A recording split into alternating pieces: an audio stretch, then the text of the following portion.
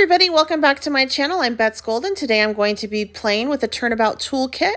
That's everything that you get in this toolkit. Mind you, this is one of the first toolkits that's out, so the newer versions have just a different stamp set as well as a die set. So I have the new one listed. I couldn't find this particular one. However, I'm sure that you can probably find it on eBay or Etsy. With the newer Turnabout stamps, they do have the X placed on the acetate, which makes it super easy to line up. This is a Turnabout tool, what I'm going to be placing it on. So you just want to line up the X on the little jig there, and then also on your acetate, and then you place your stamp over it. You pick it up with your MISTI. You do want a MISTI when you're doing this. And then once you pick up your stamp, after you have it perfectly lined up, like I do right here, you're going to remove that acetate. And now you're ready to turn. The little jig is perfect for your A2 card sizes, and you're going to want to use that temporary adhesive to adhere to the jig. Make sure that your one is in the corner because you're going to want to rotate it every single time.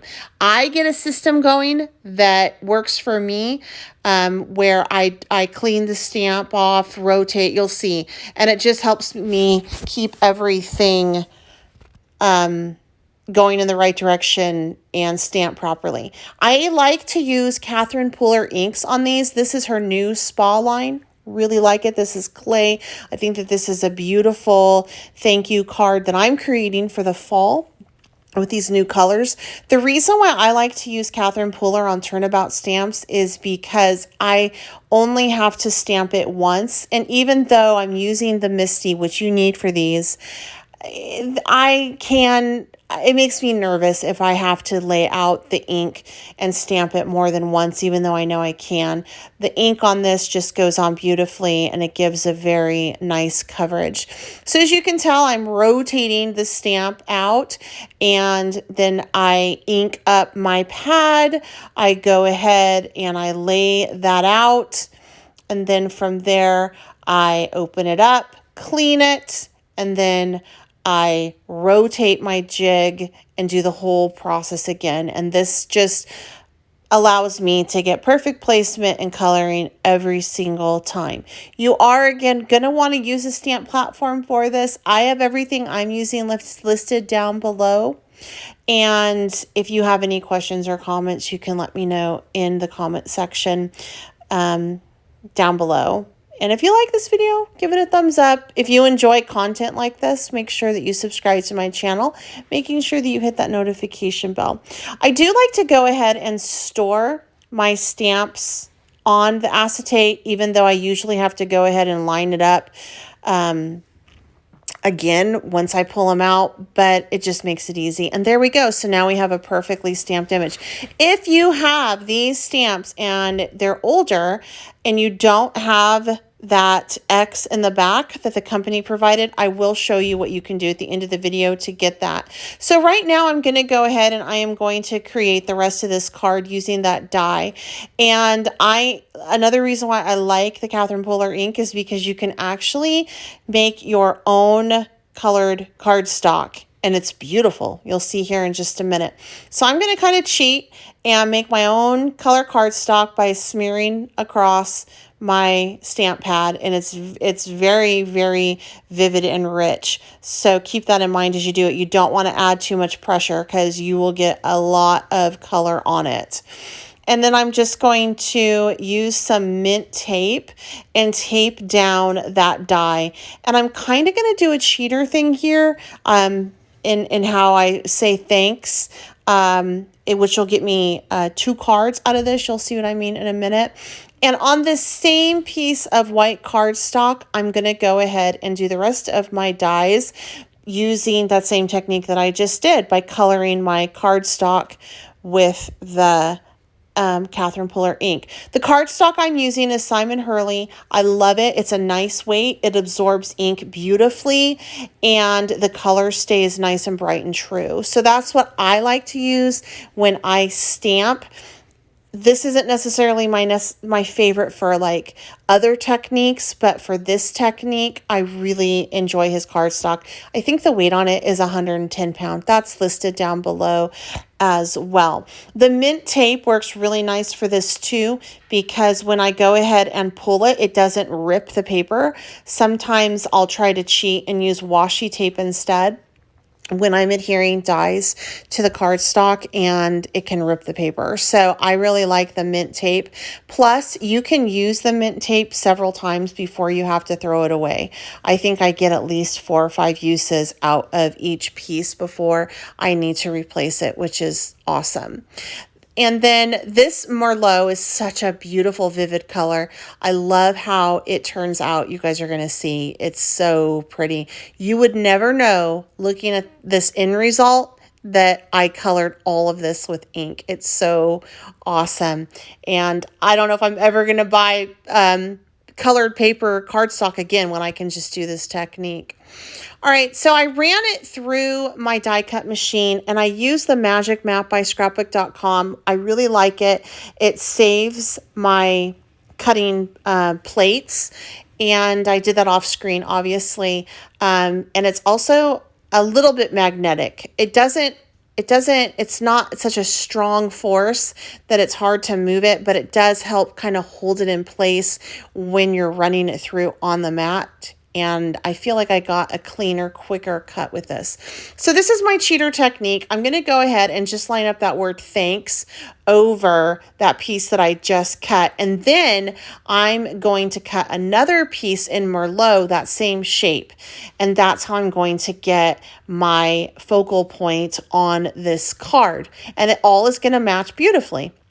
Now I'm going to take all my pieces and start to put it all together. So I cut that other piece out right there, and I'm using that Merlot again, and I'm just covering it in the ink to create my color background. So it's going to look like my thanks is a color like that it's Merlot, and I didn't have to worry about lining up all those letters. I just kind of cheated because the die is perfectly lined up.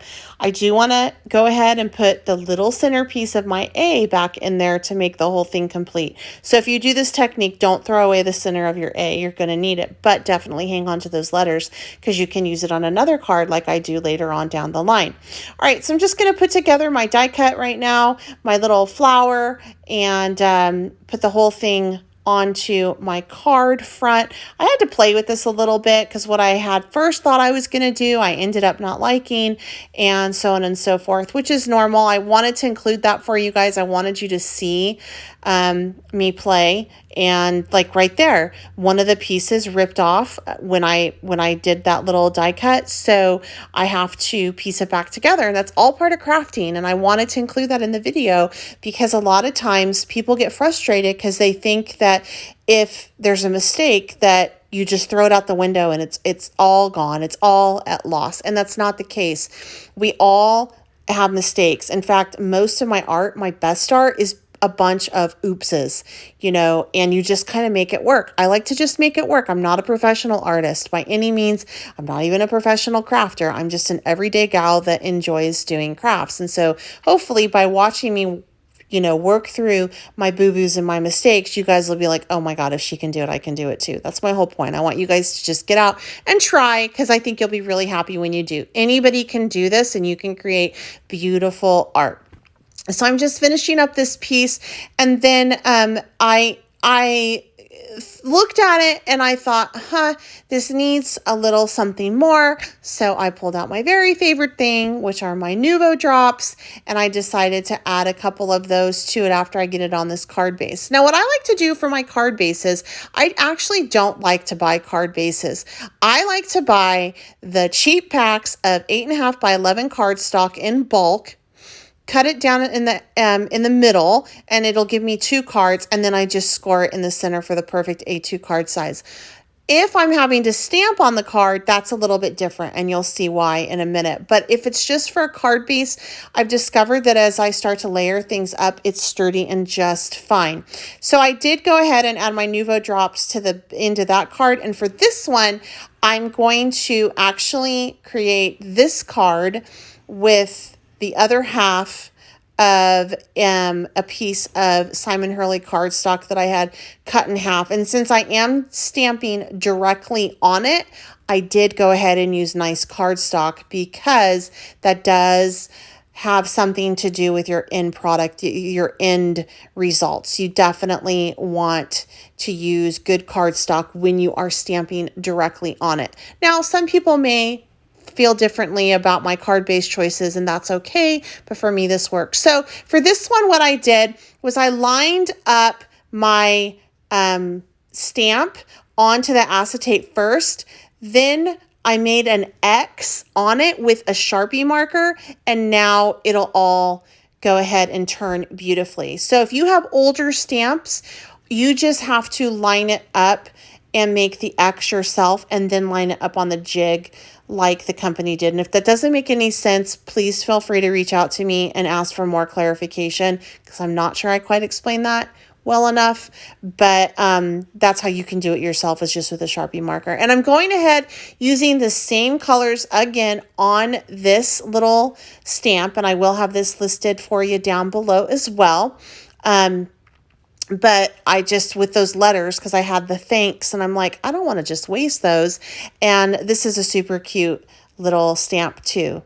So I'm just finishing it up like I did the other one. And as you can see, my system is the same on how I rotate it. I wash the stamp first, then I rotate, then I ink, and da-da-da-da-da. And that's just my little routine, and it helps me not do a double stamp or something like that on my project, because nothing is worse than when you stamp in purple and then you go to rotate and you stamp in green and then you end up with brown because you mixed your colors. Been there, done that. This set comes with some really cute little sentiments that you can put in the center that I thought would go nicely with the thanks. And I'm just using a new to me product by Catherine Pooler. It is her Midnight Black, I think is the name of it. I'll have it listed down below.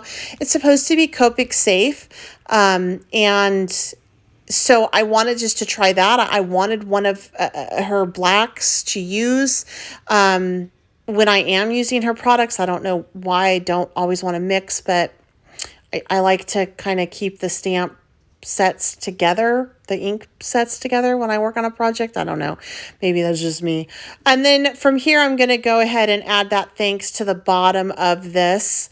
And I start off by, I thought I was going to do the center, and whenever I do that, I start in the center of the word, but then I'm like, you know what, I'm going to want to put that at the end of the card, in the corner, so I can just start with the S. And I like to work backwards to make sure I get proper placement. If I try to line up that thanks at the bottom of that card when I know I want to end in the corner and I start with a T, it's not going to be right. I'm just not that good. So that's kind of how I cheat through this whole process. So I used the same colors on each of these cards. The only thing I swapped out was the stamp, and I got cards that go together but are different, which I love. I don't like to do a bunch of the same, and I really am happy with the results. It was super easy, and since I'm able to use that Turnabout stuff, it made it come together rather quickly as well. Again, I do have everything listed for you down below in the description box, so make sure that you check out those links. If you have any questions for me, feel free to ask me in the comment section. I always read what you guys have to say. I love it to interact with you guys and get to know you guys. And I'm adding, again, the Nouveau Drops just to finish it off. And really with these dots, it's kind of funny. It might get a little bit lost, but I really like how it turns out. I certainly hope that you guys enjoyed this video. Again, the Turnabout Toolkit, the newer one, I have listed down below because I couldn't find this one. If you do happen to find the other one, let me know. Until next time, happy crafting. I'm Beth Golden.